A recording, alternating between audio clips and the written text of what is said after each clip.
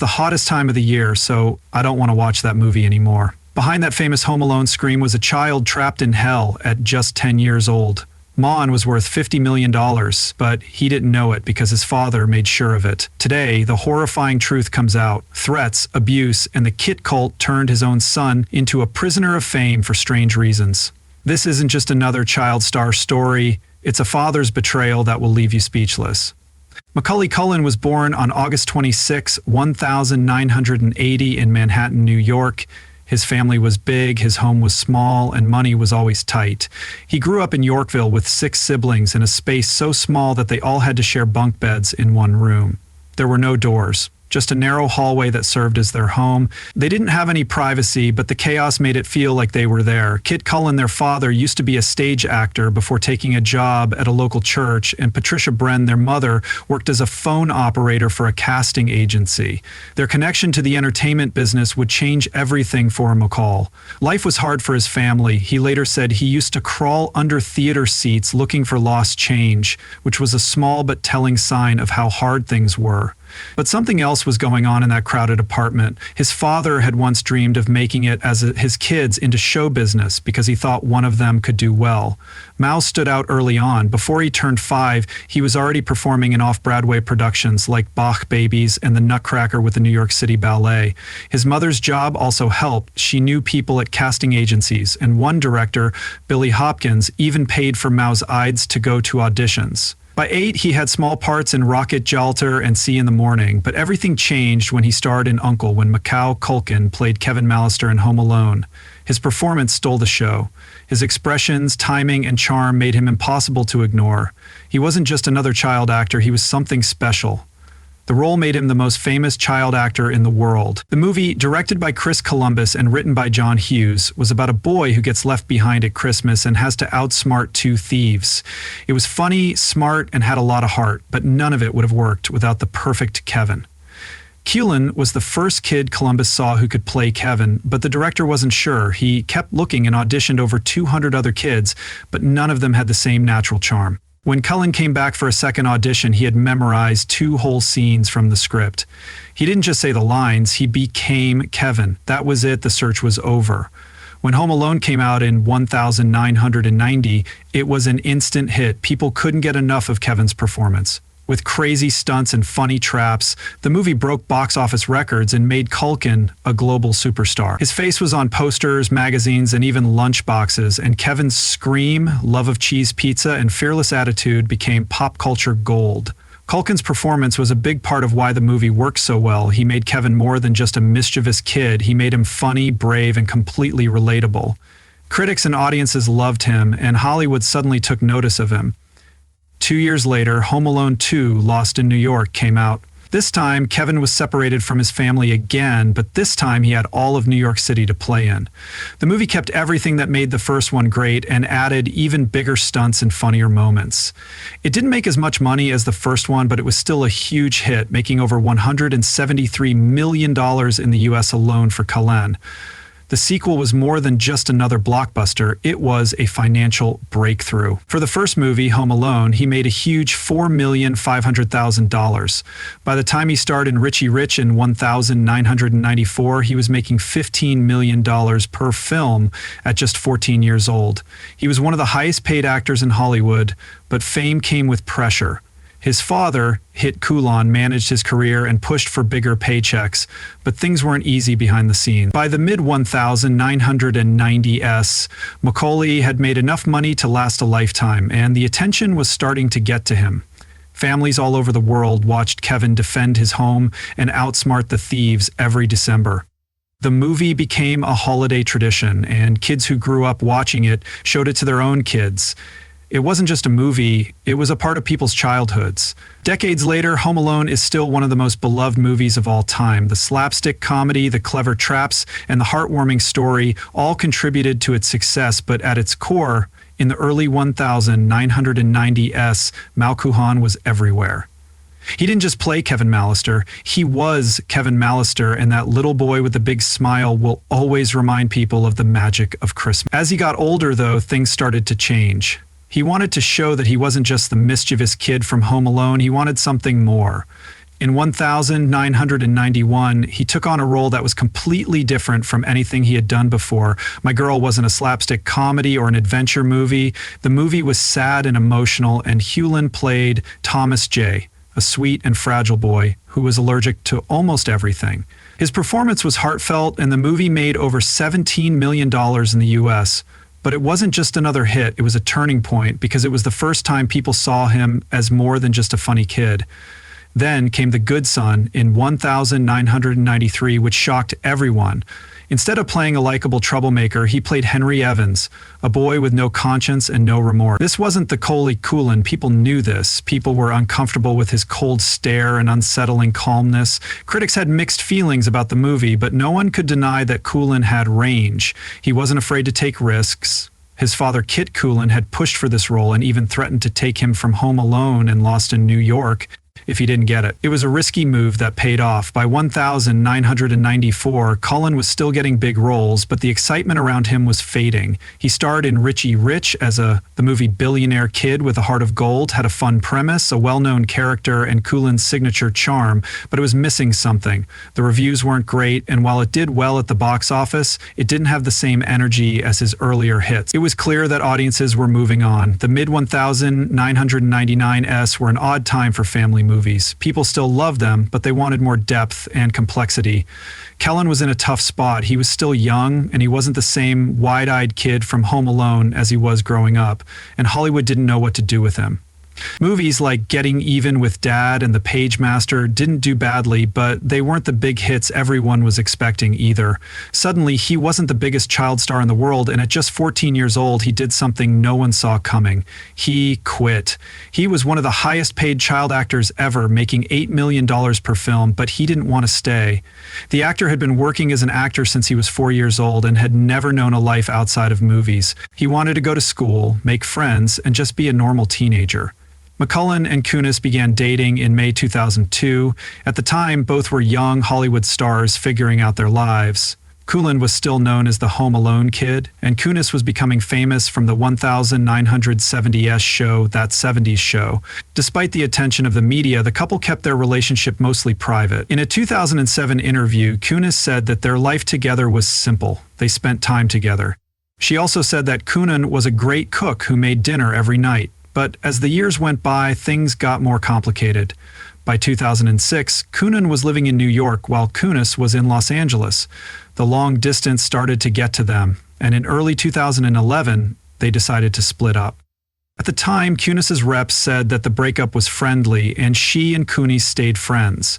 In 2018, Kunis admitted on a podcast that it wasn't as easy as people thought. She acted badly during the breakup and felt bad about how things ended.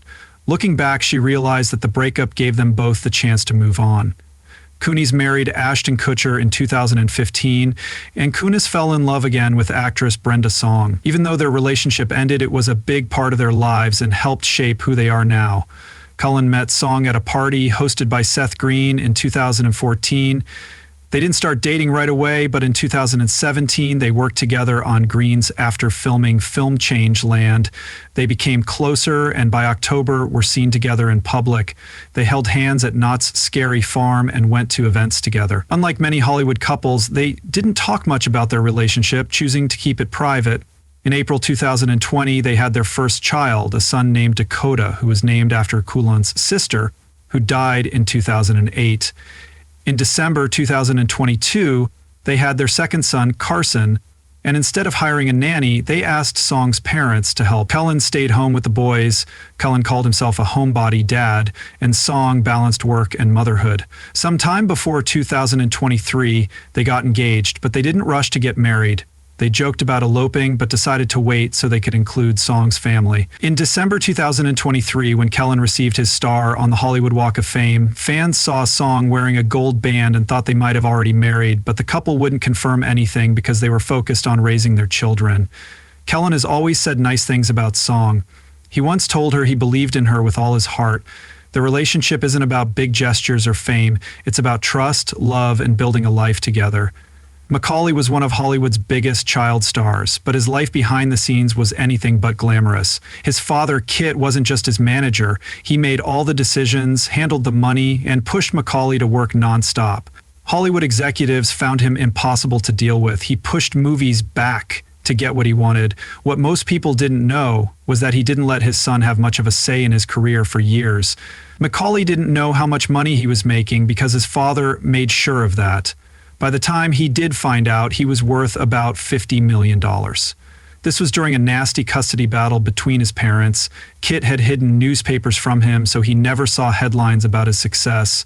It wasn't just to protect him, it was to keep him in line. He wanted to stop acting, but his father wouldn't let him. Kit had tried to become an actor but failed, and by the time Macaulay was 10, he had already done better than anything his father had ever done. Instead of being proud, Kit seemed angry, and I later learned that his father resented him for it. In 1995, everything fell apart. His parents went to court fighting over custody of their kids, but the fight wasn't just about raising them. It was also about controlling Macaulay's career and fortune. They had been splitting a 15% commission from his earnings and putting the rest in a trust. This made people wonder if this was about parental rights or money. Legal documents painted a dark picture of hit Patricia Macaulay's mother, accused him of drinking too much, being abusive, and even leaving the family. Kit denied all of these claims, saying that she was making them up to win the case. But Macaulay knew the truth because he had lived it.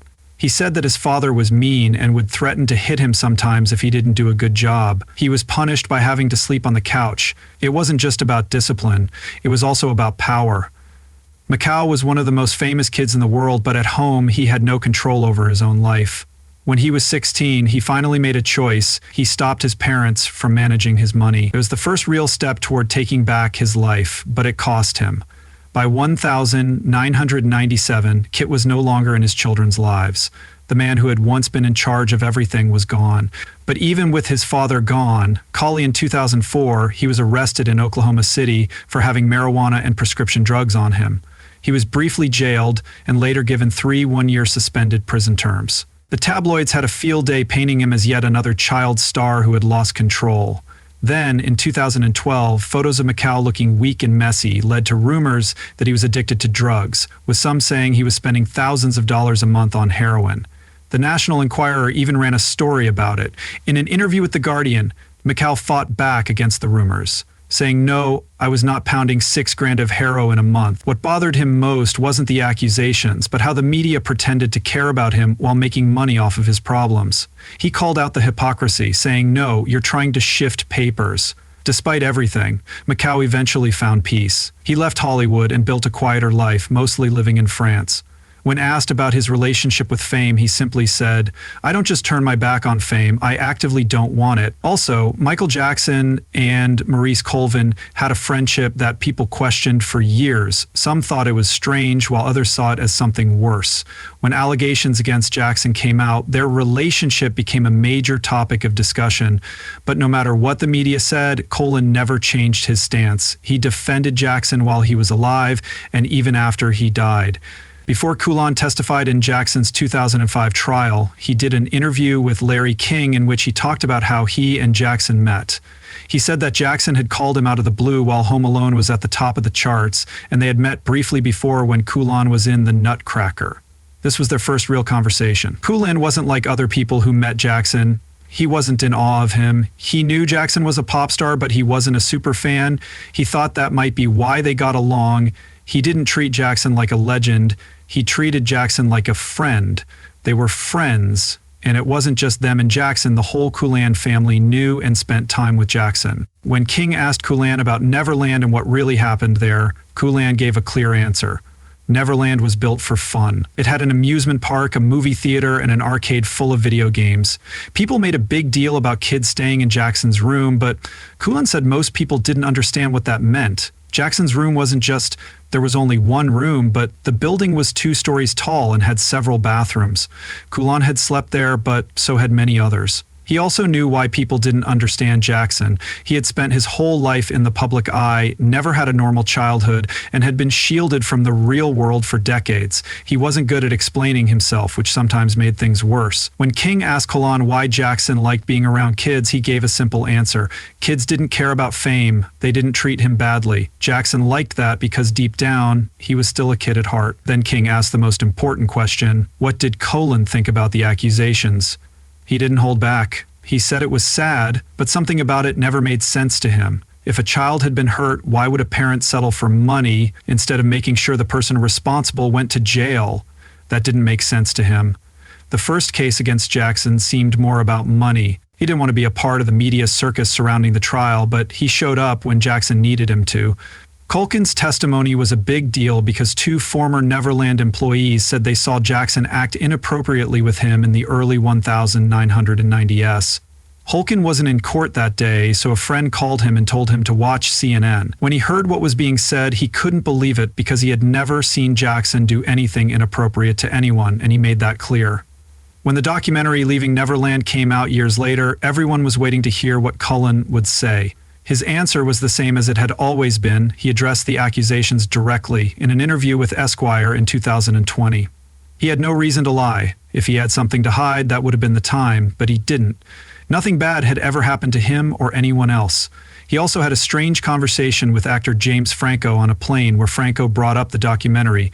Culkin cut Franco off right away and asked, "Do you want to talk about your dead friend?" That ended the conversation. Jackson's lawyer, Tom Mezzo, will never forget what Culkin and Chris Tucker did during the trial. Both had people tell them to stay out of it, but they didn't listen. They told Mezzo that Jackson needed them and they weren't going to turn their backs on him. Karen Culkin, McCabe's brother, had always been wary of the media, grew up reading fake news and knew not to believe everything he read. Their father, Michael Jackson, said that Neverland was full of people of all ages, including politicians, celebrities, families, and visitors. Former President Ronald Reagan and many others had been there. If something bad was going on, how come none of these famous people ever noticed? Despite all of this, the media kept pushing the idea that Jackson's friendship with Culkin was strange. Articles came out years later that said this.